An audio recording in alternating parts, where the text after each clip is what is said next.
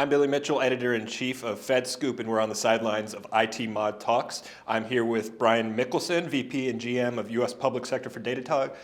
Brian, thanks so much for joining us today. How are you doing? I'm doing great. Thanks for having me. Absolutely. So let's get into it. Brian, where have you seen agencies make the most notable progress in modernizing their IT systems over the past year? Yeah, great question, and there's a lot to be said there. I think what's most important for a company like Datadog, given that we're a SaaS-only delivery model, are the advancements that are happening in FedRAMP. And I think the benefit of that is at the FedRAMP level, that is federally wide, so it gives us the most ability to remove the friction around adoption of innovative solutions. So what we saw in early part of FY23, tied to the National Defense Authorization Act, is the FedRAMP Authorization Act, which codifies FedRAMP as the law of the land for security analysis and standardization of what cloud-based technologies can be used by the federal government. But even more importantly, one of the things that we as a vendor end up going through on a very regular basis is going through the exact same processes. Here we talk about the authority to operate, or the ATO process. We find ourselves going through the exact same processes with agency after agency. One of the big, I think, issues that gets addressed in the FedRAMP Authorization Act is this presumption of adequacy. So once a sponsoring vendor, for Datadog, our sponsor is the Veterans Affairs Administration.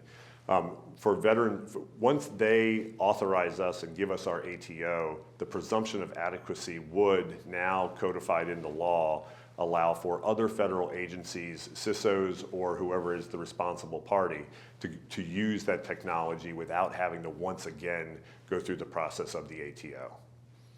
And Brian, what's an example of how IT modernization has made a material difference in helping an agency or someone that Datadog works with their employees work more productively over the past year? Yeah, and again, I think a little bit of a broad-based answer, and I'm going to tie it right back to that FedRAMP discussion we were just having. So if you look at FedRAMP, if you look at FedRAMP.gov, and you go to the marketplace, what you can really see is all of the various vendors and the various levels of certification that they've achieved. So what you see when you go to Datadog's marketplace is you'll see 65 plus that have been certified with an ATO against LI-SAS, and another 6 that have been ATO'd for FedRAMP moderate certification. And kind of tying these two questions together between the FedRAMP Authorization Act and tying together how that's helping the government, what we're seeing is really the acceleration of the adoption of innovation through the standardization of the practices for being able to use those technologies. To give some statistics directly from the FedRAMP pages, I think there was 4,500 areas of reuse for FedRAMP certified technologies in 2022. If you look at that as a function, that's 60% up over 21, 130+% over 2020. So kind of combining the questions, what we're seeing on the Datadog side is federal agencies more easily to access and use our SaaS-only technology. And then what it really gets down to is the problems they're solving. So how are they actually modernizing? Why are they modernizing? When you look at what drives customers towards Datadog, it's the fact that what we see in the industry is the IT systems that we build and manage becoming more complex at an accelerating rate. And what the leaders and what the users of those systems need to figure out is, how do I go about simplification of that? And this is really where Datadog comes in. We talk a lot about simple, not simplistic.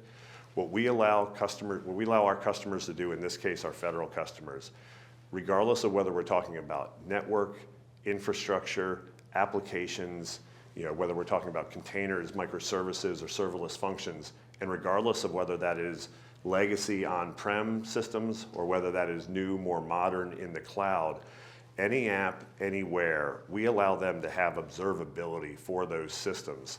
So when we talk about those FedRAMP certifications, there's over 71 ATOs for Datadog working within the federal government today.